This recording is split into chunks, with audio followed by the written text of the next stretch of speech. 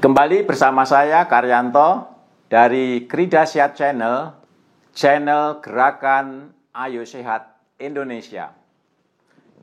Rekan-rekan sekalian, kita ketahui bersama bahwa Indonesia memiliki 30.000 tanaman. 9.600 diantaranya terindikasi berkhasiat obat. Tentunya ini satu sumber daya alam yang sangat luar biasa jika diolah untuk menjadi produk obat herbal yang berkategori fitofarmaka. Kementerian Kesehatan pada 31 Mei 2022 telah meluncurkan formularium fitofarmaka. Dengan kebijaksanaan ini, maka obat herbal yang sudah teruji klinis dapat digunakan di pelayanan kesehatan di seluruh Indonesia. Untuk itu, untuk meningkatkan penggunaan fitofarmaka di seluruh pelayanan kesehatan nasional, diperlukan sinergi dari berbagai pihak, antara lain Badan Pengawas Obat dan Makanan, sehingga riset-riset fitofarmaka dapat segera diberikan izin edar untuk mendukung program Bangga Buatan Indonesia. Ikutin terus channel Kridasyat agar kalian tidak tertinggal informasi terkini tentang kesehatan dan kefarmasian. Jangan lupa like, komen, dan subscribe channel Kridasyat untuk mendukung gerakan Ayo Sehat.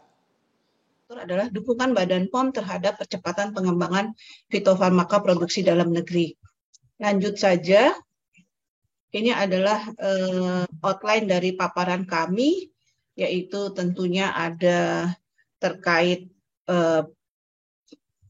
pendahuluan secara umum, kemudian bagaimana tantangan dalam pengembangan obat bahan alam, dan bagaimana sesuai dengan tusi Badan POM yang merupakan salah satu kementerian di bawah koordinasi Kemenko PMK melakukan pendampingan hilirisasi obat bahan alam menjadi produk komersial yang bisa digunakan dalam pelayanan kesehatan formal. Lanjut saja. Mungkin langsung slide 4 ya. Ya, di sini kami hanya ingin sedikit mengenalkan kembali, bukan mengenalkan kembali ya, karena saya yakin para mitra kerja Badan POM baik di pemerintah pusat ataupun pemerintah daerah tentunya sudah sangat bersinergi, selama ini sudah sangat intens berkoordinasi, berkomunikasi, dan bersinergi dengan Badan POM dan tentunya UPT Badan POM di seluruh wilayah.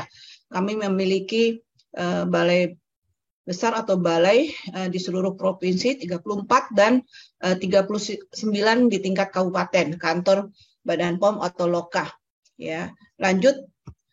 Nah, di sini kami ingin menyampaikan kembali pada slide 5 ini fungsi yang dilakukan, tugas fungsi yang dilakukan oleh Badan POM. Jadi Badan POM melakukan tugas pokoknya dalam rangka diselenggarakannya sistem jaminan keamanan mutu khasiat obat dan makanan baik oleh pemerintah ataupun oleh pelaku usaha atau stakeholder terkait dalam rangka memastikan bahwa produk yang obat dan makanan yang diproduksi dimasukkan ke wilayah Indonesia, diedarkan dan dikonsumsi oleh masyarakat memenuhi secara konsisten persyaratan keamanan manfaat dan mutu. Di sini mulai dari bahan baku, kemudian menjadi produk jadi, sebelum pemberian nomor izin edar dilakukan penilaian secara komprehensif terhadap pemenuhan standar keamanan manfaat mutu. Selanjutnya, setelah mendapatkan izin edar, pada post-market dilakukan sampling, pengujian, pemeriksaan penandaan, label, promosi.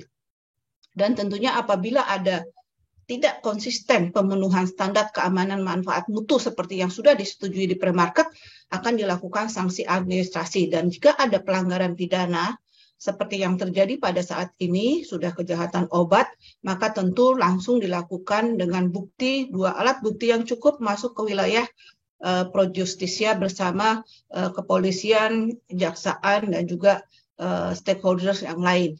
Nah, dalam hal ini Badan POM dan juga bersama pemerintah, kementerian lembaga yang lain memastikan bahwa sistem jaminan keamanan mutu khasiat obat dan makanan diterapkan di seluruh aspek titik kritis ini, mulai dari bahan baku ya, atau bahan baku itu diimpor atau dibuat secara lokal.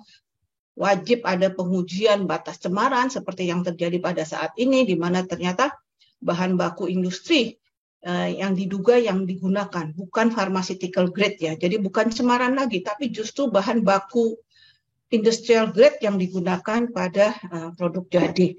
Ini prosesnya sedang berkembang. Dan tentunya kami di dalam melakukan sistem pengawasan obat dan makanan pada seluruh siklus produk menggunakan sudah terdigitalisasi ya, digitalisasi mulai dari pre-market, post-market, sampai dengan adanya kewajiban QR Code pada produk, pelaporan MESO, pelaporan oleh masyarakat melalui BPOM mobil, dan lain-lain. Lanjut pada slide 6, di sini kami ingin menekankan 3 pilar pengawasan obat dan makanan yang kami kembangkan sejak tahun 2001, di mana waktu itu Badan POM mulai berdiri setelah terpisah dari Kementerian Kesehatan. Jadi ada 3 pilar pengawasan obat dan makanan, yaitu pertama adalah pengawasan oleh pemerintah. Dalam hal ini pemerintah mempunyai kewajiban penyusunan NSPK, ya, terkait standar, peraturan, kriteria, dan pedoman, dan kemudian melakukan pengawasan sebelum beredar ataupun sesudah beredar, pendampingan, fasilitasi, dan juga edukasi kepada masyarakat. Sedangkan pengawasan oleh pelaku usaha adalah pelaku usaha wajib memproduksi dan mengedarkan produk dengan menggunakan cara yang baik, ya, good practices, apakah itu cara pembuatan obat yang baik, cara pembuatan obat tradisional yang baik, cara pembuatan pangan olahan yang baik. Kemudian juga wajib melakukan monitoring mutu produk, monitoring efek samping, dan juga edukasi konsumen. Kemudian selain itu yang tidak kalah penting adalah lapis ketiga, pengawasan oleh masyarakat, untuk bisa menjadi masyarakat konsumen yang cerdas, yang mampu melindungi dirinya dari produk obat dan makanan yang tidak memenuhi syarat. Lanjut, terkait dengan tema atau inti dari acara kegiatan ini mungkin Bapak Ibu juga sudah sangat terpapar bahwa Indonesia ini adalah satu dari 3 negara yang memiliki mega biodiversity ya di dunia ini. Ya, banyak sekali kekayaan potensi alam kita, namun banyak juga yang belum dikembangkan. Kita lihat bahwa pada sisi lain, selama pandemi, tadi juga sudah disampaikan oleh Ibu Dr. Nia, Bu Asdep, pandemi membuat aspek positif, yaitu adanya kesadaran masyarakat untuk back to nature. Dan tentunya ini berdampak juga terhadap demand terhadap obat bahan alam atau obat herbal, termasuk juga baik itu jamu, OHT, atau fitofarmaka. Dan tentunya ini juga menjadi kewajiban Badan POM untuk bisa memastikan bahwa produk yang digunakan, yang diproduksi oleh para pelaku usaha memenuhi persyaratan keamanan manfaat mutu. Lanjut slide berikutnya, slide 8. Nah, namun saat ini kalau kita rujuk kepada database dari Badan POM, jumlah jamu atau yang mendapatkan kode TR ya, tradisional, itu sudah melebihi 14.000 produk. Jamu ini adalah didaftarkan di Badan POM dengan berdasarkan bukti empiris ya, turun-temurun yang sudah digunakan oleh nenek moyang kita, ataupun juga bukti empiris dari berbagai jurnal. Yang kedua adalah obat herbal standar yang sudah melalui tahapan uji praklinik dan sudah ada standarisasi terhadap bahan baku dan juga produk jadinya. Di sini baru terdaftar 81 produk ya. Nah, kemudian pada tingkat yang lebih tinggi yang sudah mulai tahapan preklinik dan uji klinik pada manusia adalah fitofarmaka, baru 23 produk ya. Di sini tentu sudah bahan baku dan produk jadinya terstandar, sudah wajib tersertifikat CPOTB sebagaimana untuk OHT, dan tentunya juga memenuhi syarat mutu produk. Ini baru 23, sebetulnya harusnya 25, tetapi ada 2 produk yang ditarik secara voluntary oleh pelaku usaha karena memang secara ekonomi tidak menguntungkan. Nah, ini juga terkait dengan demand yang rendah, ya, bisa dibatalkan NIE-nya oleh pemilik karena ibaratnya tidak ada demand, tidak lakulah ya, biaya produksinya tidak menutupi. Ya, tentu ini juga menjadi PR kita bersama untuk bisa meningkatkan penggunaan pemanfaatan obat bahan alam. Lanjut, nah bagaimana tantangan dari pengembangan obat bahan alam?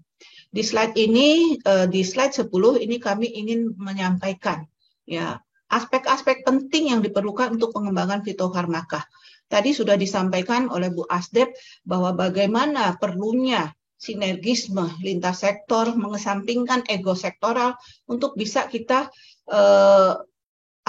kita kaya akan berbagai potensi sumber daya alam, tetapi kok ngenes sekali ya, OHT-nya baru 83, fitofarmakanya baru 23, seperti itu.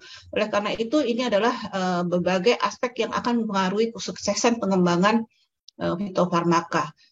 Pertama adalah bahan baku obat tradisional.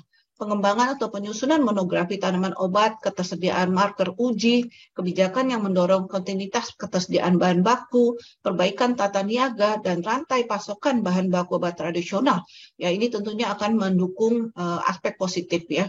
Kemudian juga regulasi dan pedoman yang jelas dan rinci yang akan digunakan oleh peneliti dalam pengembangan ya. Misalnya pedoman uji farmakodinamik, pedoman uji klinik untuk setiap kelas terapi, pedoman standar bahan baku, dan lain-lain. Kemudian aspek promosi dan penandaan ya. Ini juga untuk memberikan keyakinan yang memadai kepada para klinisi yang akan meresapkan dan masyarakat sebagai pengguna. Kemudian bagaimana perlunya komunikasi dan koordinasi dari hulu ke hilir yang melibatkan pentahelix, yaitu ABJCI ya, baik itu dari pemerintah, kementerian, lembaga, Pemda, peneliti. Di sini dalam hal ini adalah Kementan dari hulu, BRIN sebagai koordinator penelitian riset di nasional, akademisi, Kementerian Kesehatan, Badan POM, Kemenperin, industri, praktisi, klinisi, serta masyarakat. Dan tentunya koordinasi di bawah Kemenko PMK. Kemudian bagaimana dukungan dalam produksi, ya, artinya bagaimana pendampingan kepada para pelaku usaha, pengembangan produk dari skala laboratori menjadi scaling pada saat scaling up. Karena justru di sini titik kritis konsistensi pemenuhan aspek mutu. Jangan sampai nanti mutu dari markernya turun begitu scaling up pada skala produksi. Dan ini yang pengalaman kami pada saat kami melakukan pengawalan terhadap pengembangan fitofarmaka.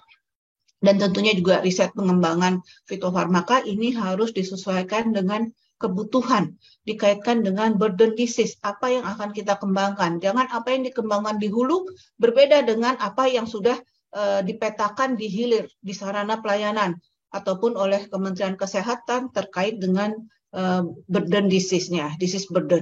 Lanjut, nah, di tingkat Badan POM, aspek 11 di sini, di dalam rangka kemandirian nasional, bahan alam dan bahan baku, obat bahan alam dan bahan baku obat alam ini, kami sudah mengidentifikasi beberapa hal yang menjadi kendala ya, karena untuk pengembangan fitofarmaka tentu kita juga harus bicara di hulunya untuk pengembangan bahan bakunya.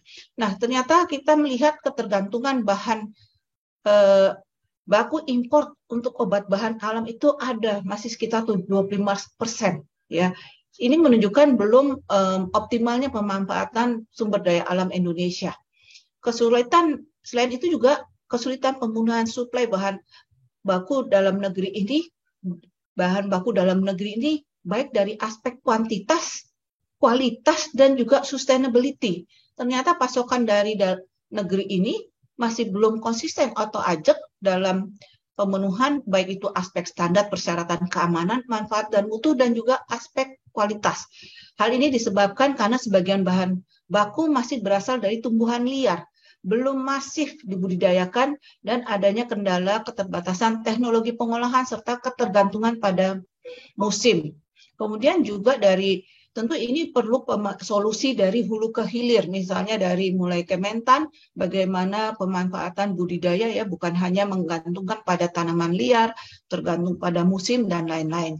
Selain itu juga belum optimalnya pemanfaatan obat bahan alam dalam pelayanan kesehatan.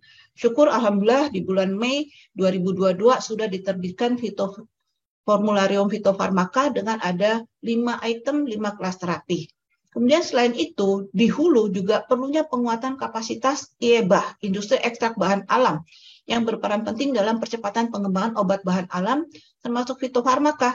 dalam memproduksi bahan baku dalam negeri yang bisa memenuhi kebutuhan dari aspek kualitas, kuantitas, dan sustainability. Ya, karena saat ini juga belum optimal pemanfaatan iptek oleh IBA. Dan saat ini juga salah satunya 87,7% pelaku usaha obat tradisional adalah UMKM.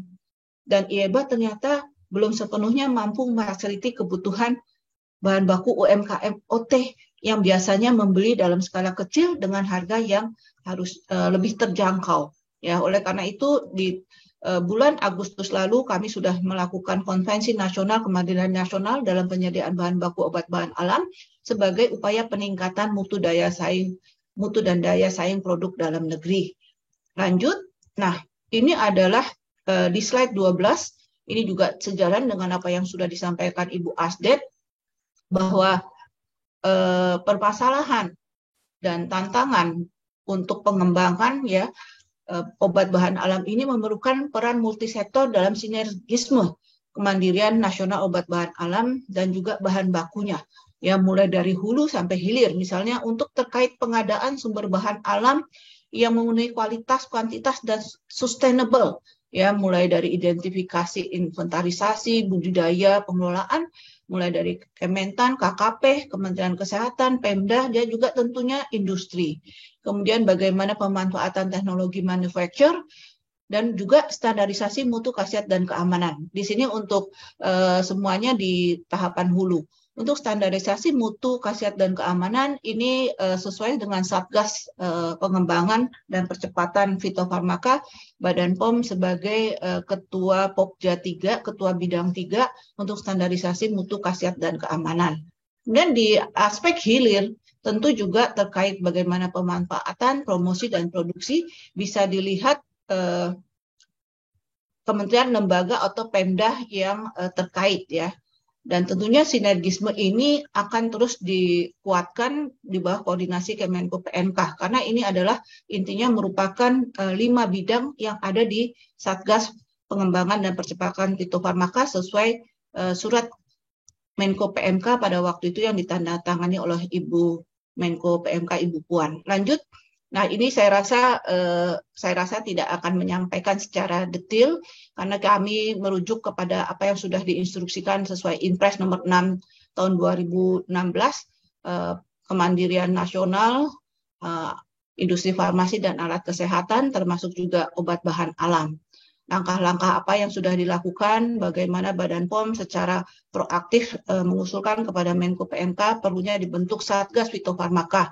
Dan dengan Dewan Pembina Pengarah para Bapak Ibu Menko dan juga para Menteri, Badan POM sebagai Ketua Satgas yang bertanggung jawab untuk pengendalian dari 5 bidang di bawah Kemenko PMK dari 5 bidang Satgas ini.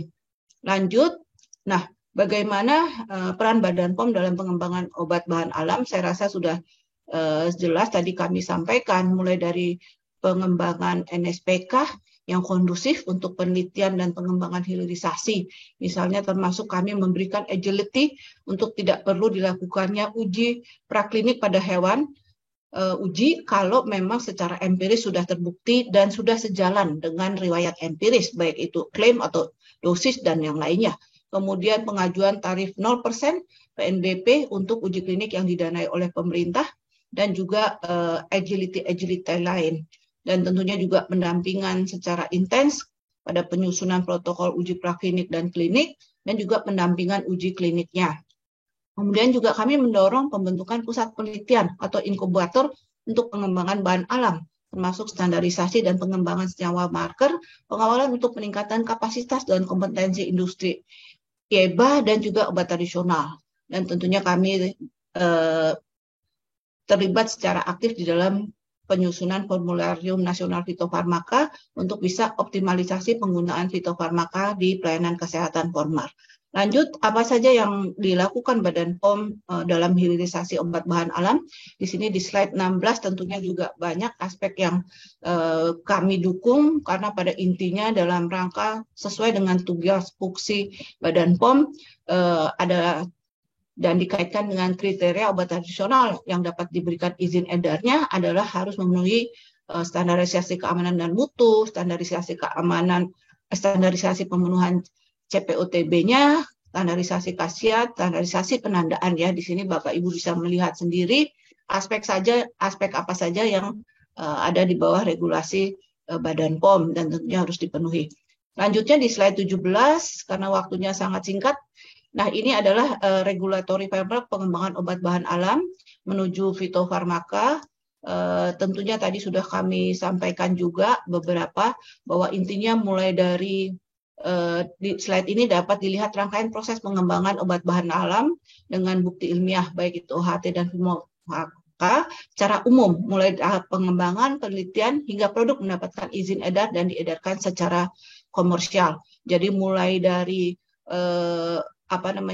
pengembangan dilakukan tahapan untuk mencari bahan aktif yang akan digunakan, perumusan formulas, dan melakukan uji pada skala kecil. Pada tahap ini tentu perlu didukung dengan good agricultural practices, good agricultural and collection practices, dan good laboratory practices. Kemudian dilanjutkan apabila sudah terstandar semua bahan bakunya dilanjutkan pada uji praklinik meliputi uji toksisitas baik akut ataupun subkronik dan uji farmakodinamik untuk pembuktian manfaat pada uji hewan uji. Selanjutnya kalau dinyatakan aman pada uji praklinik pada hewan, maka dapat dilakukan uji pada manusia melalui tahapan uji fase 1, uji klinik fase 2 dan 3 dengan merujuk pada aspek good clinical practices. Dan selanjutnya dapat dilakukan permohonan untuk mendapatkan izin edar setelah data uji klinik fase 3 diperoleh. Dan setelah produk beredar, wajib melakukan pemantauan khasiat keamanan manfaat melalui pelaporan efek samping atau monitoring efek samping obat tradisional. Jika tidak konsisten pemenuhan khasiat keamanan mutu, maka dapat dibatalkan, termasuk pencabutan dari CPOTB-nya.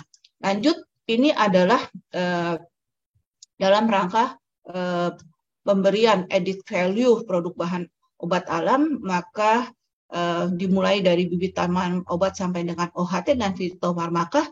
Dalam setiap tahapan ini tentunya harus memerlukan standarisasi untuk jaminan kualitasnya. Ya, lanjut saja. Nah, ini di dalam jenis standarisasi. Ini ada 2, standarisasi bahan baku dan juga standarisasi produk jadi. Nah, terkait dengan klasifikasi, standarisasi, dan identifikasi kadar kandungan senyawa tertentu dan juga profil kandungan senyawa dalam obat bahan alam, di sini ada beberapa tahapan bisa dilihat. Untuk senyawa marker, hierarki yang paling tinggi adalah merupakan senyawa aktif sesuai yang diklaim, ya sesuai gambar atau slide di atas. Yang terpampang di layar ya, mulai dari senyawa marker yang masih bersifat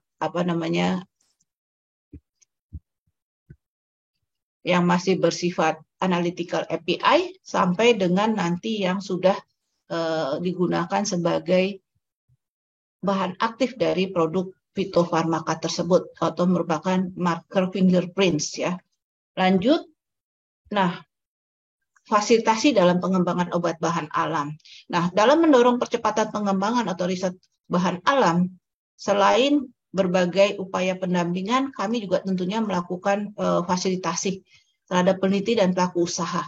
Berbagai pendampingan proaktif kami lakukan, baik pada saat penyusunan protokol uji, praklinik dan klinik, dan juga selama pelaksanaan uji klinik, ya, pemantauan terhadap kepatuhan prinsip cara uji klinik yang baik, perolehan data klinik yang valid dan kredibel, perlindungan subjek peserta uji klinik, dan juga pengawasan produk yang belum terdaftar. Mengapa tahap-tahap ini perlu kami lakukan? Karena untuk memberikan produk fitofarmaka yang memenuhi persyaratan khasiat keamanan manfaat dan mutu. Nantinya akan digunakan secara luas. Nantinya akan digunakan oleh para dokter yang akan meresepkan.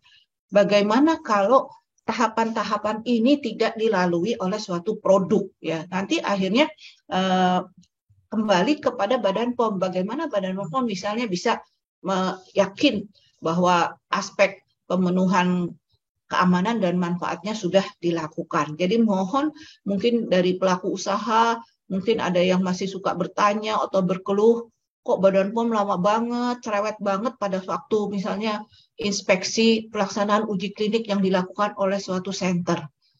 Ini kami lakukan agar juga bisa meyakinkan bahwa fitofarmaka yang dihasilkan tadi berkhasiat, bermanfaat, dan bermutu. Jangan sampai nanti sudah masuk di dalam formularium fitofarmaka, ternyata persetujuan yang diberikan pada saat produk tersebut beredar tidak konsisten di selanjutnya ya. Ya, nanti akhirnya yang kena kan pemerintah termasuk Badan POM. Kok bisa menyetujui fitofarmaka yang tidak berkhasiat, nggak sembuh-sembuh, atau yang bahkan tidak aman, banyak efek sampingnya. Padahal efek samping itu apa ya? Bisa dibilang melekat pada suatu produk. Sepanjang suatu produk digunakan sesuai aturan pakai, sesuai dosis yang diberikan, maka adalah produk itu aman. Tapi sebenarnya kalau kita kembali kepada persetujuan yang diberikan oleh Badan POM bahwa produk yang disetujui adalah mempunyai khasiat yang memadai.